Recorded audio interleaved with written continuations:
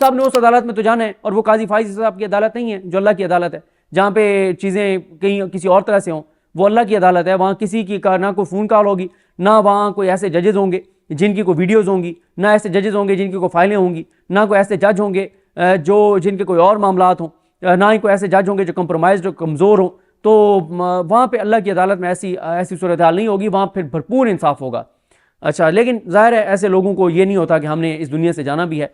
इनके लिए कुल इनकी जो चीज़ है वो यही होती है कि हमने बस जो हक में वक्त हैं, जिनसे मफाद है, जिनकी वजह से हमें ये ओहदे मिले हैं, जिनकी वजह से हम ये सारा कुछ कर रहे हैं, उनको हमने खुश रखना है, तो रखें आप खुश।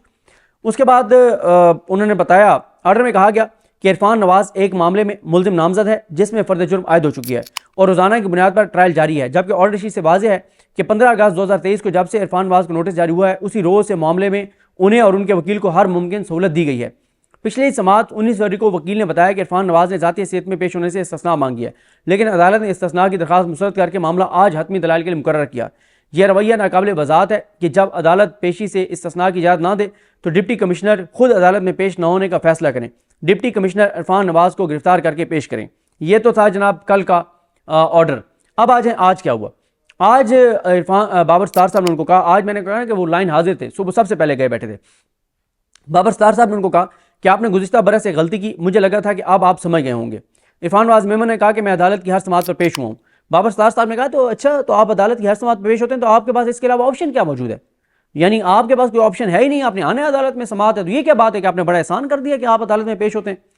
मैं आपको शोकॉज नोटिस जारी करूंगा, आप उसका जवाब दें। ये केस सिर्फ आपके मिसकंडक्ट की वजह से, आपके कंडक्ट की वजह से चल रहा है। आपको क्या लगता है कि ये सब मजाक हो रहा है? ये केस आपके वकला की वजह से ताखीर का शिकार हो रहा है। आपने जो है वो 970 दिनों की नज़रबंदी के 69 MPO ऑर्डर जारी किए। क्या उनकी फैमिलीज नहीं थी? उन्होंने उम्रे पर नहीं जाना था? ये आपका बहुत स्टूपिड एक्शन था और आप इसके नताइज भुगतेंगे। रिजवान अब्बासी ने कहा, अच्छा रिजवान अब्बासी साहब मोस्टली केसेस जो सरकार के इंटरेस्ट के हैं, रियासत के इंटरेस्ट के हैं, वो उसमें रिजवान अब्बासी साहब और कुछ 3-4 वकील हैं जो सबसे ज़्यादा जिनको, और अमजद परवेज साहब इनको किया गया है।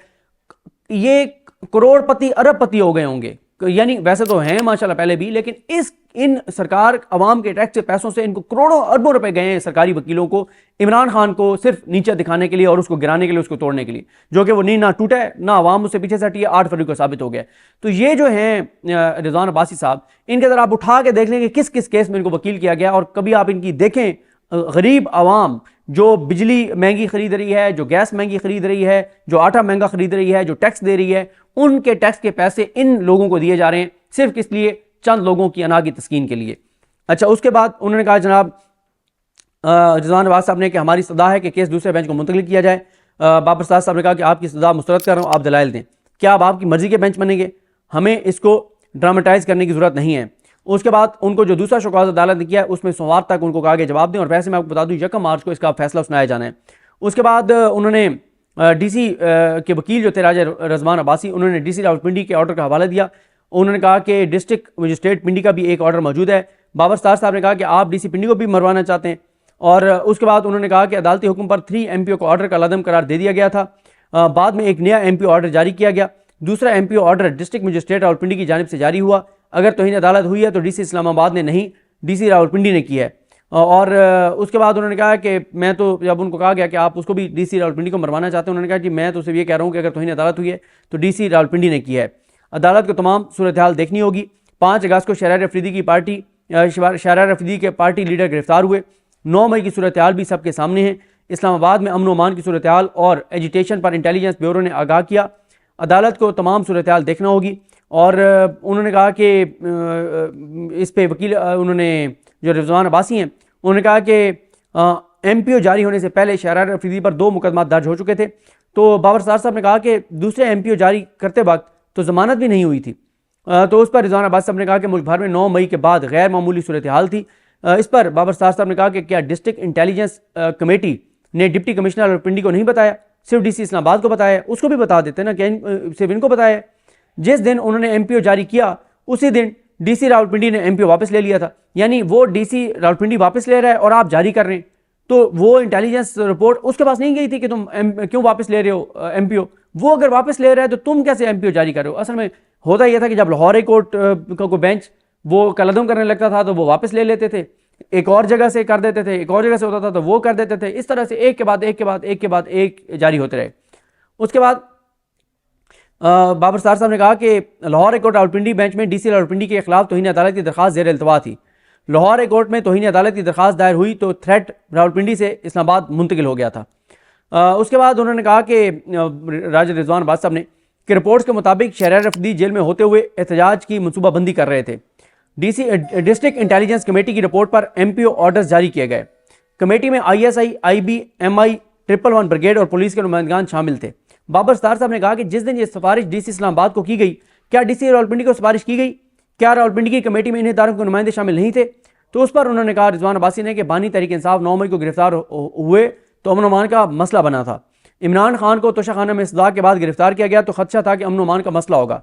बाबर सत्तार साहब ने कहा कि इमरान खान की रिहाई के अहकाम तो सुप्रीम कोर्ट ने जारी किए थे। रिजवान अब्बास साहब ने कहा कि जी, इस्लामाबाद हाई कोर्ट ने भी तौहीन अदालत की कार्रवाई का आगाज़ किया था कि कैसे अदालती अहाते से गिरफ्तारी हो सकती है। इंसानी गलती की हर वक्त गुंजाइश रहती है, लेकिन बदनीयती शामिल नहीं थी। अदालती हुक्म की खिलाफ वर्जी का कोई इरादा नहीं था। तो उस पर बाबर सत्तार साहब ने कहा कि 16 मई 2023 को जब पहला MPO का कलदम हुआ था तो अदालती ऑब्जर्वेशन के बावजूद एक ही तरह की सोर्स रिपोर्ट पर मजीद MPO जारी किए गए। हमने इनके इख्तियारात मुअत्तल किए तो फिर इन्होंने MPO ऑर्डर जारी करना बंद किए। अदालत ने तो अपने फैसले में यहां तक लिखा कि DC के खिलाफ ज़ाब्ते की कार्रवाई की जा सकती है। सिर्फ इसी बेंच ने नहीं बल्कि दूसरे बेंचेस ने भी तकरीबन 40 MPO ऑर्डर्स का कलदम करार दिए। उसके बाद राजा रिजवान अब्बासी साहब ने उनकी तकरीर का हवाला दिया जो ये हैं शहरियार अफरीदी साहब, और उसके बाद SSP ऑपरेशंस मलिक जमील के वकील शाह खावर साहब ने दलाइल दिए, और साथ ही उन्होंने कहा कि उन्होंने भी अपनी वजाहतें पेश की और उन्होंने अपने जो है उनकी तरफ से दलाइल दिए। तो ये टोटल जी 4 लोग हैं जिनके खिलाफ है SP, SSP, SHO और DC इस्लामाबाद, और जो इनके वकील थे शहरियार अफरीदी साहब के वो और जो प्रोसिक्यूटर थे वो हैं कैसर इमाम साहब। और उन्होंने कहा कि हर हाई कोर्ट ने इंतज़ामिया को के MPO ऑर्डर्स को कलअदम करार दे दिया। इंतज़ामिया इसके बावजूद MPO ऑर्डर्स में कोई तब्दीली किए बगैर जारी करती रही। एक MPO ऑर्डर ख़त्म होने पर दूसरा MPO ऑर्डर जारी किया जाता था। इस अदालत की डायरेक्शन की खिलाफ वर्जी की गई, इंसाफ की फराहमी की राह में रुकावट डाली गई। एक मखसूस दिन का हवाला देकर ये इकदाम किए जाते रहे, यानी 9 मई का। वो वाक़यात अफसोसनाक थे, लेकिन उनके फौजदारी मुकदमात दर्ज हो चुके हैं। तो ये सारा कुछ जनाब हुआ, और उस पर बाबर सत्तार साहब को कहा गया कि जब ये कहा गया कि रिजवान अब्बासी साहब की जानिब से कि अदालत की जारी करदा समन पर अमल दरामद ना किया जाए तो वो तौहीन के ज़ुमरे में आता है। 3 MPO नक्शे अमन के लिए मुस्तकबिल में होने वाले अमल से मुतलिक है। मुस्तकबिल को रिपोर्ट्स के जरिए ही देखा जा सकता है और कोई तरीका नहीं। तो उस पर बाबर सत्तार साहब ने कहा कि मैंने इस मुतलिक 82 सफ़हात का तफसीली फैसला लिखा है, वो आप पढ़ लें। तो ये जनाब सारी समात हुई है, बड़ी डिटेल समात है, अहम पॉइंट्स मैंने आपको बता दिए हैं। और 1 मार्च तक अब ये समात मुलतवी हुई है। अदालत ने कहा कि 1 मार्च को अगर कोई और मामला चाहिए तो हम ले लेंगे, अदरवाइज़ 1 मार्च को फैसला सुना दिया जाएगा। ये है सूरत हाल, ये है अहवाल जो एक लेकिन सबसे अच्छी बात यह है कि बाबर सत्तार साहब ने एक दबंग फैसला जारी किया, ऑर्डर जारी किया, और उस ऑर्डर पर अमल दरामद भी हुआ, यानी वो सरेंडर करना पड़ा एक बड़े मोहरे को, शहबाज शरीफ के बड़े मोहरे को, जिसको शहबाज शरीफ ने लगाया था। और इलेक्शन कमीशन ने झूठ बोला था सुप्रीम कोर्ट में जब उन्होंने इलेक्शन से पहले कहा था कि हमने तमाम DC, हमने सारी ब्यूरोक्रेसी को शफल किया है, और ऐसी बात नहीं है कि जो ये कह रहे हैं कि जी नून लीग के लगाए हुए ब्यूरोक्रेट्स जो है वो इलेक्शन करवा रहे हैं। 90% नून लीग के लगाए गए ब्यूरोक्रेट्स ने इलेक्शन करवाए हैं, लेकिन सुप्रीम कोर्ट इन ब्यूरोक्रेट्स की सफाइयाँ देती रही। ये सूरत हाल है, ये हवाला है। मुझे अपनी दुआ में याद रखें। अलग हम सब का हमें नासर। अल्लाह हाफिज़।